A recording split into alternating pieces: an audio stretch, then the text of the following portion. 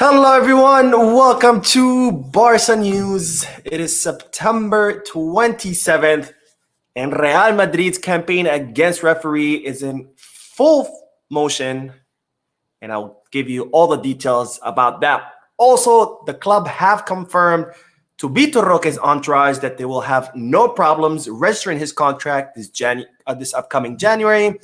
And finally, there are several reports stating that Barcelona are currently preparing themselves to sign Florian Wirtz. We have a lot to discuss, so let's begin.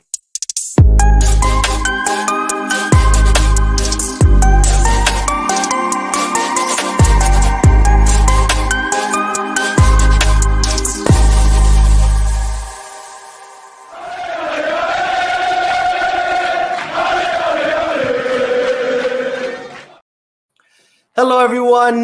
Welcome to Barca News' live stream, which is on every Mondays and Wednesdays at 7:15 p.m. Eastern Standard Time. As usual, we'll do a segment of news, and then we'll hit the chat section in order to get a discussion going, answer any questions. For those of you who will be watching the live stream when it ends, I will be putting timestamps in the description and chapters in the timeline, so you can skip through the discussion if that's what you want to do.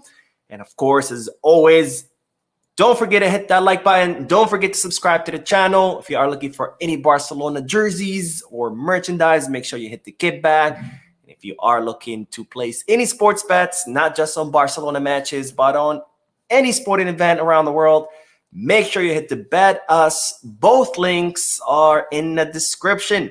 Now, let's begin with the news. Yesterday, I did not post a video. I apologize about that. I had a lot of work. I ended up leaving the office very, very late. I didn't get home until 10 or 11 p.m. And actually, part of the reason why I was at the office so late is because I stopped to watch the game because, of course, I couldn't miss the game. So no video yesterday, but don't worry. I got all the news from yesterday, from today. So by the end of this live stream, I promise you, you will be up to date on everything regarding Barcelona. Now, let's start talking about the match from yesterday where Barcelona drew 2-2 against Mallorca in Mallorca Stadium in what was another awful, horrible, pathetic performance by the entire team.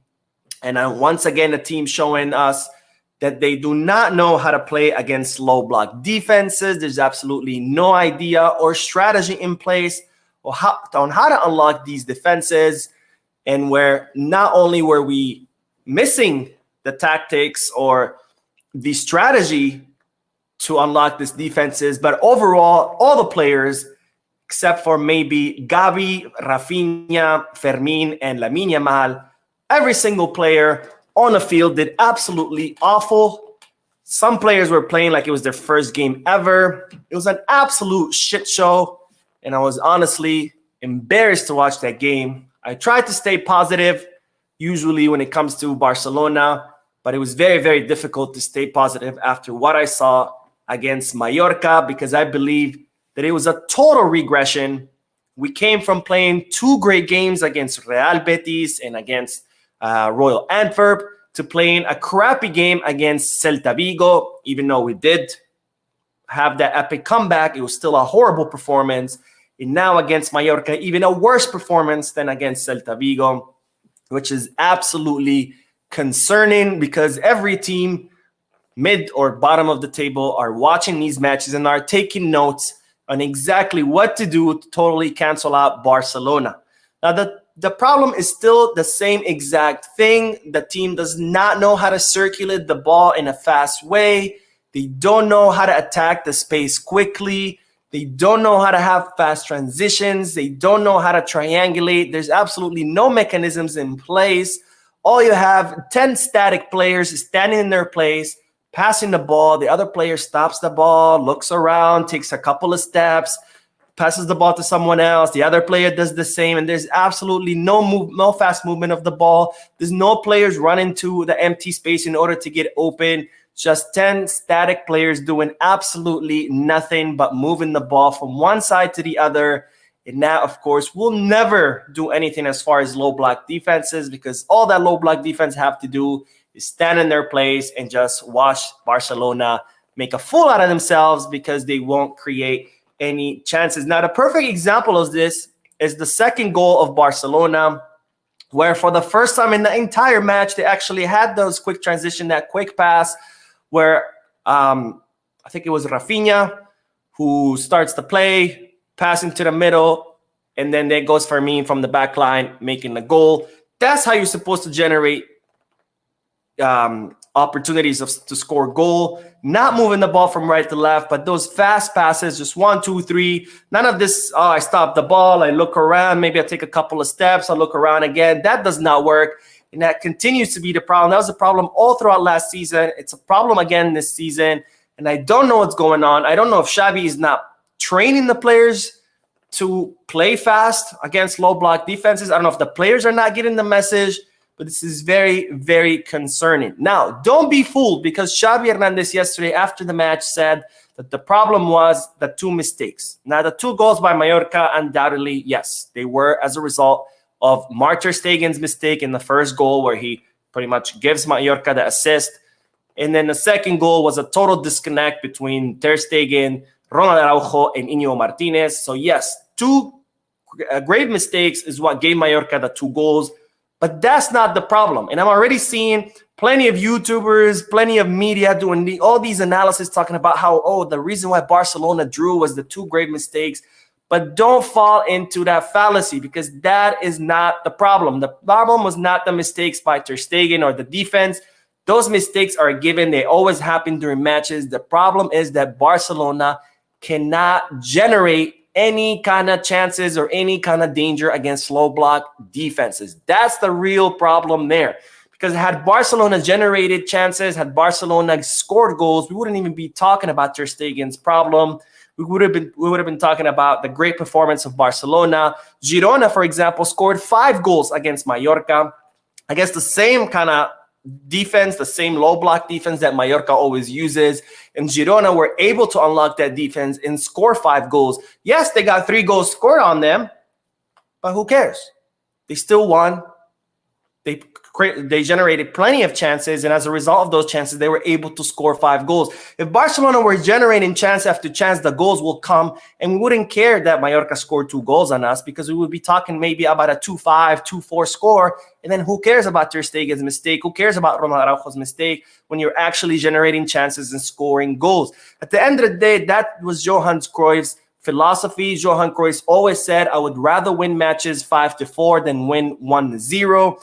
Because look, when you play Barca style, when you advance all your lines, when you maintain possession of the ball and just attack, you will stay exposed in the back. And yes, you do open yourself up to being scored on. But if you're playing well, if you're moving the ball well, if you're generating chances, if you're scoring goals, it doesn't matter. It doesn't matter if the opposing team scores 1, 2, 3, 4 goals, because if you score 5, you're still going to win. So the real problem here is that Barcelona are not generating anything. It's a pathetic performance by the team where they did absolutely nothing for 90 minutes. So don't be fooled. The problem was not ter Stegen's mistake. That mistake can happen to anyone. It happens all the time. But if we were actually generating chances, that we would have scored plenty of goals, and we wouldn't even be talking about Mark ter Stegen's mistakes. But anyways, that's my overview. Xavi and the team are going to have to do something about this. This is getting out of hand. We cannot keep playing like this against low block defense teams, because everybody is taking notes. And best believe that every match, unless it's Real Madrid or Atletico de Madrid, every match, every team is going to do the same exact thing, and we're going to suffer in every single match. Anyways, let's go back to, or let's start with the chat section. Let's get a discussion going. Answer some questions and see what you guys are up to. All right. Brad says, Mo working too hard. Hit the like button so we can retire him and he can do more videos. Yes, please. Hit that like button, subscribe. It would be a dream come true for me to do this full time, because I think, not only do I enjoy it, but I have so much content ideas as far as videos to do, whether it's collaborations with other people to get kind of like more discussion, or even like I'm thinking about doing history videos about Barcelona. But unfortunately, time is not on my side, and with work, that limits a lot what I can do. Chuchu says, Mo, we need live videos every day. This Monday and Wednesday kill me for real. You know what, Chuchu? I've really thought about this, about doing live streams every day. But I'm not sure how it would work. Maybe I should do, or how it would be received, I should say. Because maybe I should do a poll on the community tab, because I do enjoy the live streams a lot. Because not only do I get to give you the news, but I get to interact with you guys, and I like that a lot. But the problem is that I also have a lot of people complain on live stream days. Why is your video so long? And I always have to explain, it's not a video, it's a live stream. So I don't know, maybe people are gonna not want to watch the channel anymore because everything is a live stream and everything's long. But maybe I'll do a poll and see. But it's definitely a consideration that I've thought about a lot. All right, Brad says Real Madrid complaining about the refs is ridiculous. The solution is simple: just pay them more than they haven't paid them.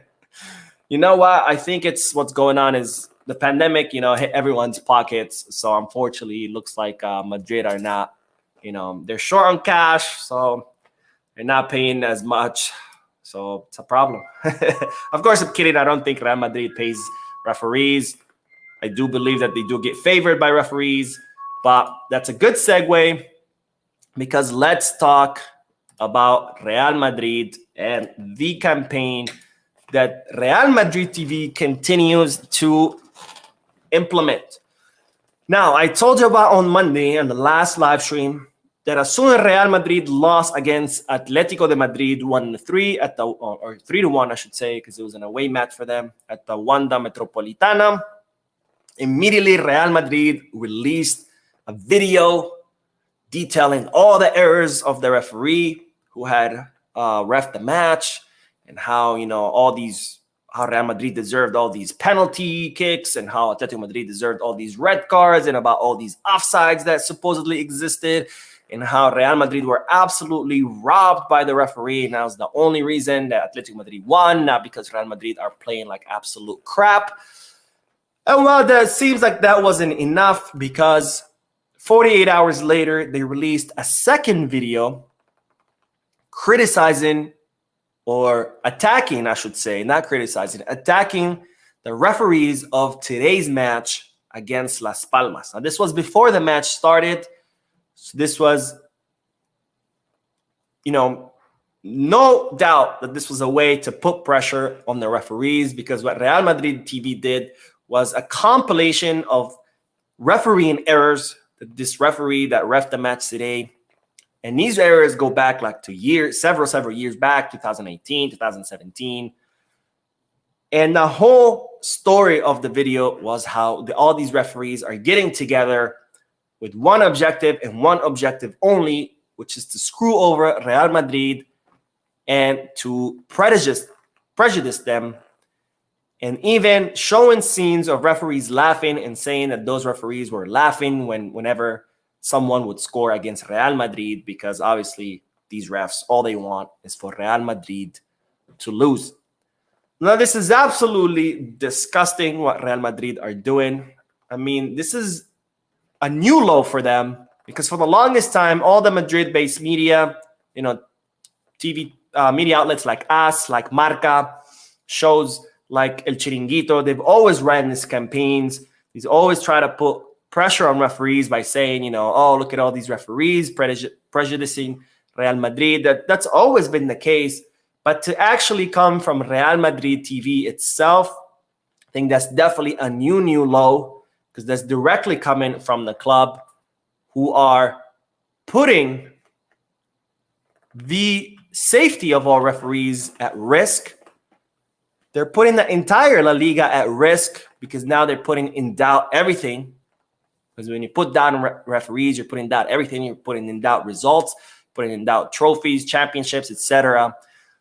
So they rather risk everything, the safety of refs, the safety of everyone, the legitimacy of La Liga, than admit that the reason why they're losing or they're not doing well is because they have a crap team.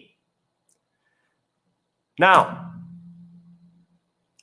what makes this even worse is that last year, and I don't know if you recall this, but Sergio Canales from Real Betis, the midfielder of Real Betis, received two consecutive yellow cards in a match by Mateo Laos. And after the match, not during the match, after the match, in an interview, he criticized Mateo Laos and said that second yellow was premeditated and that Mateo Laos wanted to kick him out.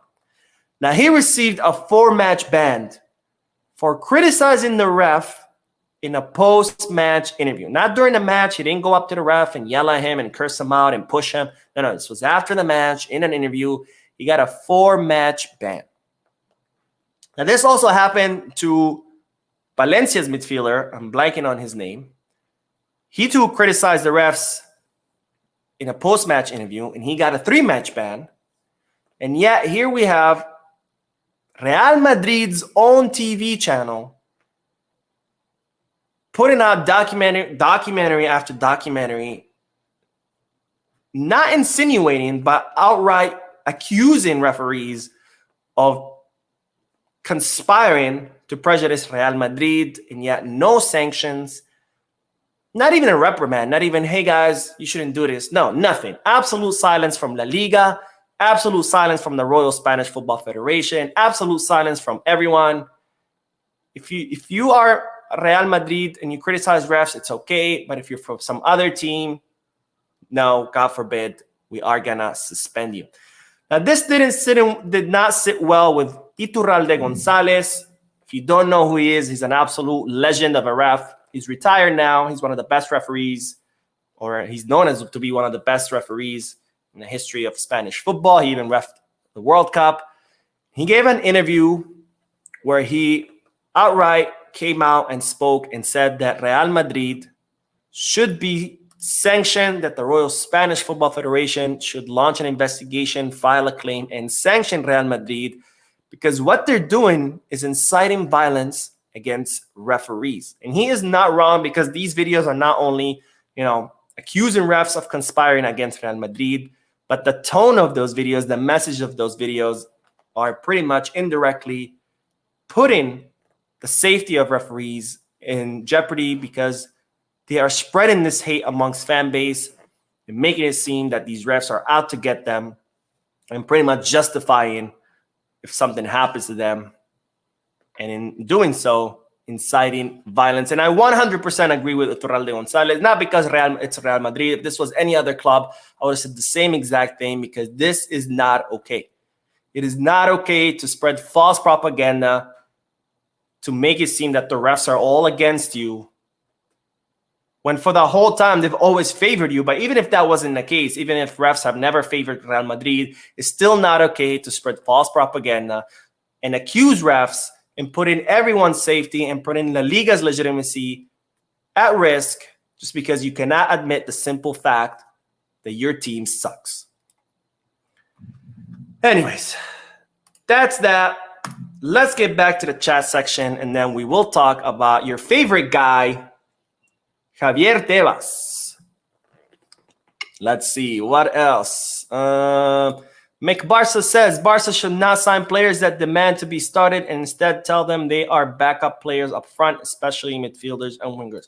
I think that's always been the case with Barcelona. I think one thing that Barcelona do well is make it clear to players when they sign them what kind of role they're going to have. A perfect example of that was, oh my God, what's his name? The Moroccan midfielder that everybody wanted. Wow, I can't believe I'm blanking on it. Anyways, it was very clear to him. They said, hey, look, you're not a priority. If you're willing to wait at the end of the market, we'll sign you. And if not, that's okay. And he did it, right? So I think Barcelona do a really good job of making it clear to players what their role is going to be. So, but anyways, let's see. Philip says, we need Lamine Yamal to start more games. He brings dribbling to the game, which is essential against these low blocks. I agree. He does give you that missing piece against low block teams. I think the team really messed up in yesterday's match, where a lot of times Lamine was wide open on the wing, but yet they kept insisting on going through the middle. I don't understand Barcelona's obsession of going through the middle. Yes, going through the middle is good, but you also need to use your wings. And many times Lamine was right there waiting for the ball, and nobody would pass him. But I don't think he could start more games because We have to be very, very careful because Lamine is still 16 years old. Not only is he still developing as a player, he's still developing as a human being, right? His body is still growing. His muscles are still developing. He's not fully there. And playing him more at this age and this critical stage of physical development can be detrimental for his entire career. We're not talking about like, oh, he got injured, now he's going to be out 3 weeks. No, now we're talking about maybe screwing him for the rest of his life. Kind of like what happened with Dembele, where Dembele was overplayed a lot when he was younger, and that's why he's so injury prone, because he was pretty much physically done, if you may, right? And we don't want that to happen to Lamine. We don't want him to be, having injuries every other month because we overplayed him when he was young. Beto says, Xabi's the problem, not the players. This man keep chopping and changing the team. There cannot be a consistent chemistry because every game is a different starting 11. Part of the problem was Xabi. I agree 100%, but the team was also a problem. I saw some players. Players were making some dumb mistakes yesterday. Couldn't control the ball, making the wrong passes, making passes to players that were marked and not making it to players that were wide open. There was a lot of mistakes on everybody. Like I said, besides Gavi, Rafinha, Lamine, and Fermin, everybody played like absolute crap. Now, as far as changing the team, you have to. We're playing a match every two. We had a match on Saturday, then we had one on Tuesday, and now we have one on Friday. That's absolutely insane. You're talking about 3 matches in a span of 1 week. You have to rotate your players. Now, where Xabi did make a huge mistake in his rotation was to play Ronald Araujo and Íñigo Martinez, and that was a dumb mistake, because Ronald Araujo just came back from injury, 6 weeks of injury. Íñigo Martinez has also just came back from injury, and not just that, he's a brand new player. He still is not used to playing with his teammates, and you put 2 guys who's just coming back from injury together. That was absolutely dumb. If Xabi wanted to play Araujo, he should have played him with Christensen or Koundé. If he wanted to play Íñigo, he should have played Íñigo with Christensen or Koundé, but not Íñigo and Araujo. That was a dumb mistake. But yesterday, everybody was to blame. Xabi, with his crappy tactics that still doesn't know how to unlock low block defenses, and the team who absolutely were horrendous in everything. Ball control, dribbling, passing, everything was horrendous. And as I said, besides Rafinha, Fermin, and Lamine, you can't really save anyone. Joao Felix was completely gone. Cancelo was completely gone. Ferran was completely ghosting. Gundogan had a horrible match. Uriel Romeo had a bad match. Balde was completely kept losing balls. It was just a bad match by everyone except those 4 that I already mentioned. Anyways, let's get back to the news because there is a lot to talk about, and then we'll do more comments towards the end. But let's talk about your favorite guy, Javier Tebas, La Liga's president, because he has given an interview. And of course, whenever Javier Tebas opens his mouth, he has to take a dig at Barcelona, because it wouldn't be Javier Tebas if he's not talking crap about Barcelona. Now, in this interview, Javier Tebas discussed the Enriquez Negreira case. This was an exclusive interview by Movistar. Of course, they're the sponsor of La Liga, so no surprise there. He was interviewed by, I think it was Juanma Castillo. I think that's his last name. And in the interview, he talked about Enriquez Negreira, and I'll make this bigger for you so you can see what he said.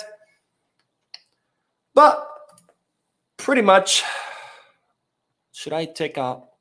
Maybe I should. Actually, no. That is fine. I thought for a second that was that the logo was in place, but this time I did. So he says he was just prescribed. Just the fact of trying to influence is a crime of sports corruption. The corresponding disciplinary file should have been opened, and the sanctions range from a warning to a demotion. Many more explanations have to be given than what is expected have occurred. That is for the judge to decide. The only capacity I have is to report certain events, and I would have reported them. The level of sanction does not correspond to me. So Tebas once again saying that what Barcelona did was a crime of sports corruption and that there should be sanctions. But But of course, then making it seem like, oh, well, sanctions are not up to me, kind of backtracking a little bit. Now, Enrique's data, I've talked about it many times before, is that the prosecutor's office have found no evidence of any kind of attempt by Barcelona to influence or bribe referees. And of course, as a result, they've switched the focus of the investigation. But yet here we have the president of La Liga, who's supposed to be looking out for all the clubs under his management, is still insisting that Barcelona bribed or influenced referees, even though there's absolutely no evidence of that. Now, Javier Tebas could have easily said, you know what, this is an undergoing investigation, I have no comments. But no, Javier Tebas had to say that because, again, it won't be Javier Tebas if he's not taking a dig at Barcelona. Now, if I was the reporter interviewing him, I would have followed up that question. Well, what about the false evidence that you presented to the prosecutor? Where does that fall in this whole scheme? But of course, many of these reporters, they just lob softballs at these guys because they are afraid of asking the tough questions. Now, another thing that Javier Tebas spoke about was the financial fair play rule restrictions. We all know how bad it is in La Liga. We all know how much more prosperous the Premier League has become with all the talent migrating there because La Liga has become so financially restrictive that clubs cannot even sign players or keep players. And to that, he said, the Premier League has lost more than 5,000 million euros or 5 billion euros in 5 years, and we haven't even 5. We could do that league model, open the tap, have a few Americans arrive, and we would be close to the Premier.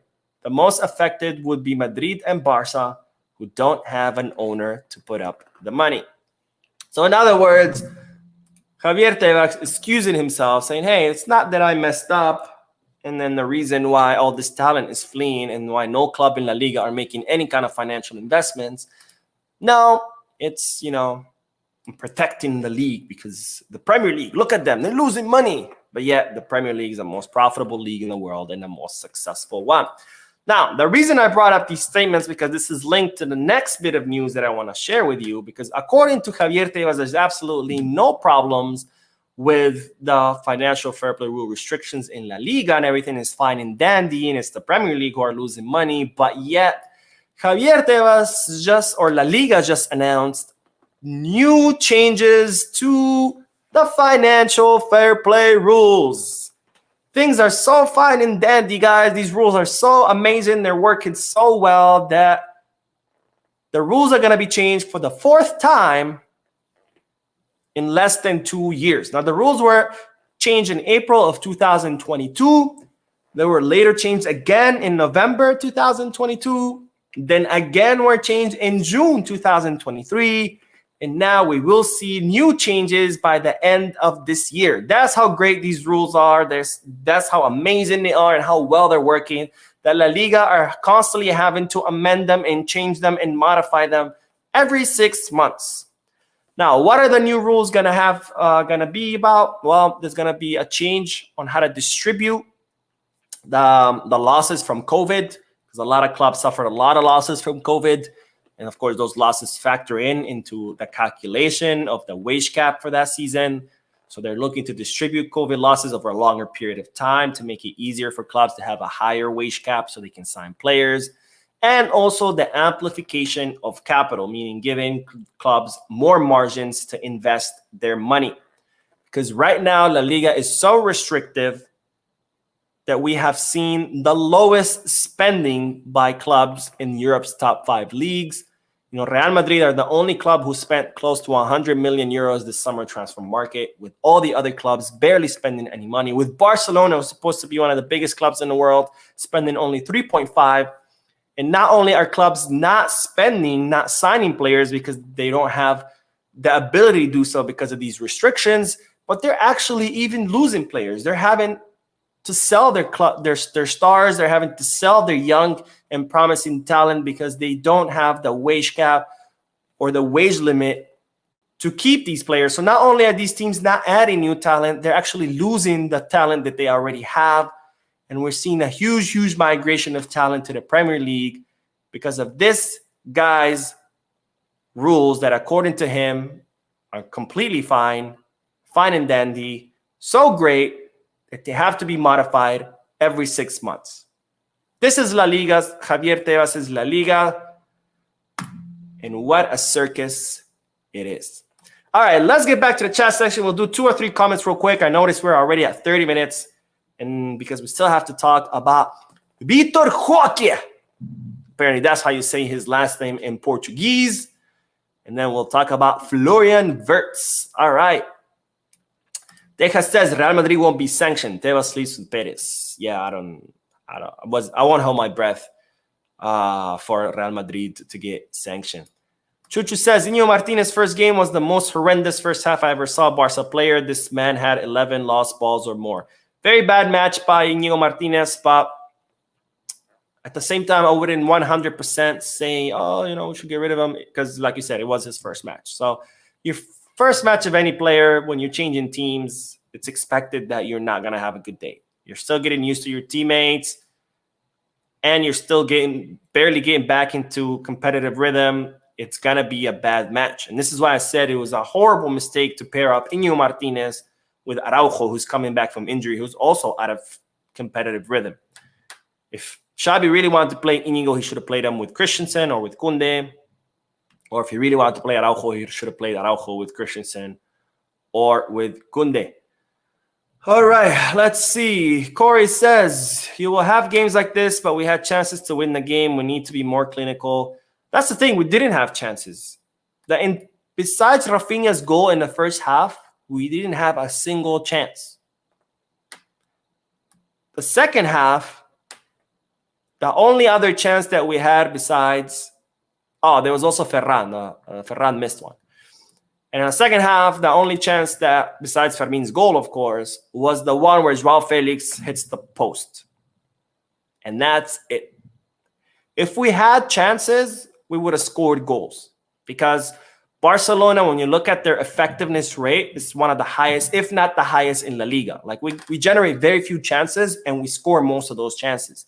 So as far as effectiveness, Barcelona are very, very, very effective in scoring goals. So if Barcelona were generating 10, 15 chances, you best believe that 4 or 5 out of those are going to be goals. But that's the problem. Barcelona are not generating anything. And if they don't generate anything, they're not going to score goals.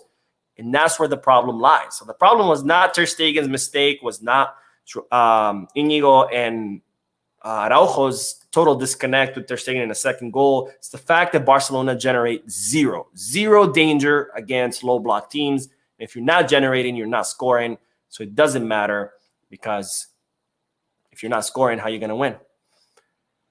All right, let's see.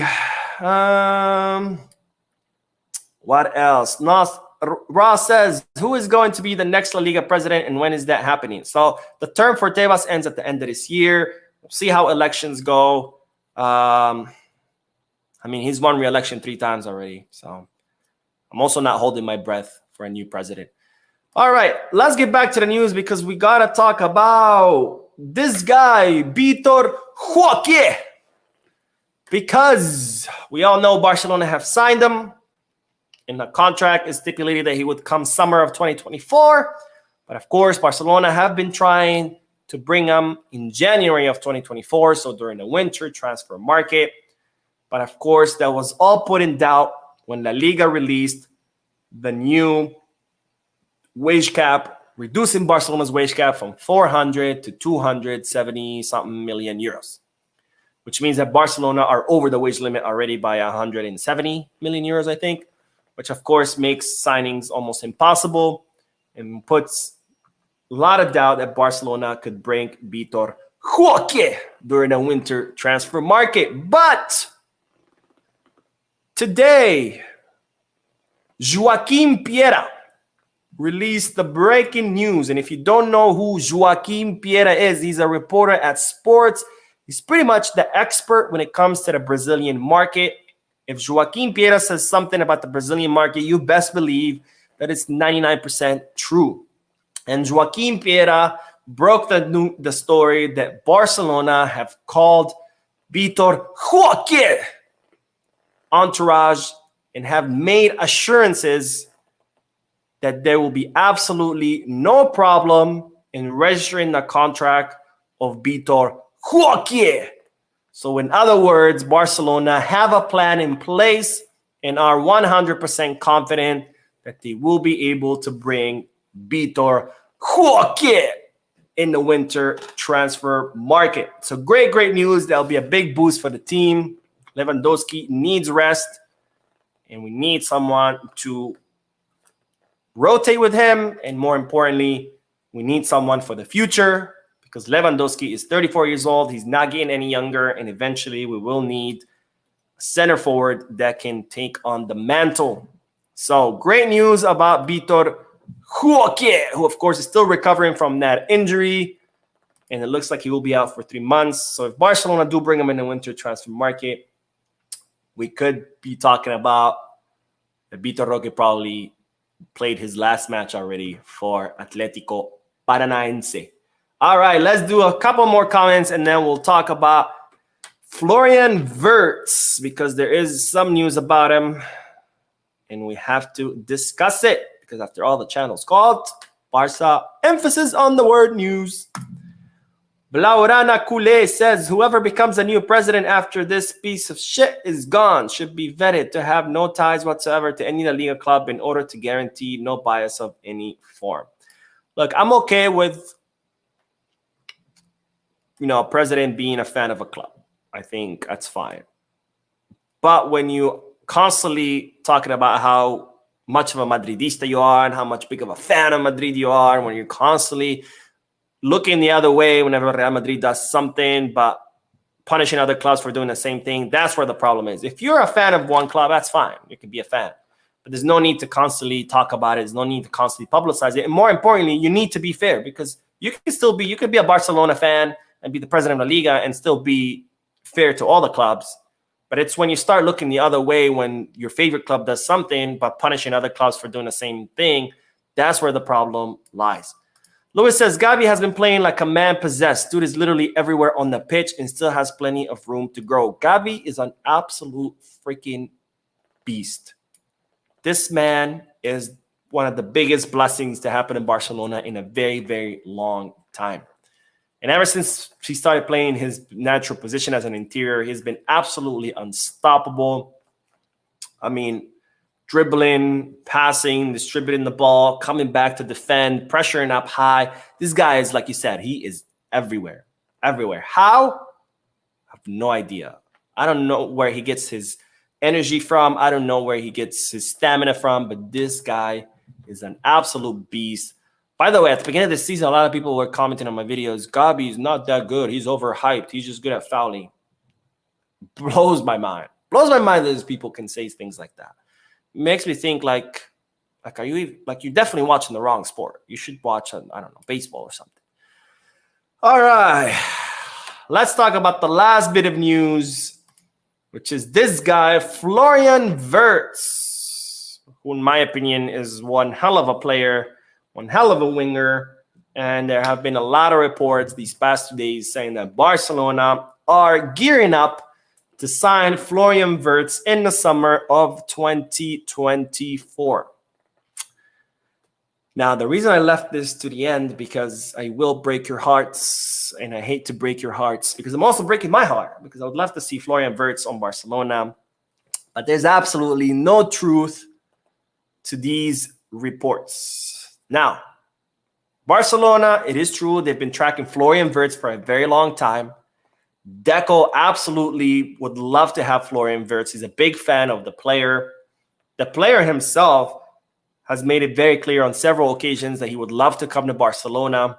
And if Barcelona had the chance to sign him, there's no doubt that they would immediately jump on that chance and immediately sign him. But the economy of the club is prohibitive.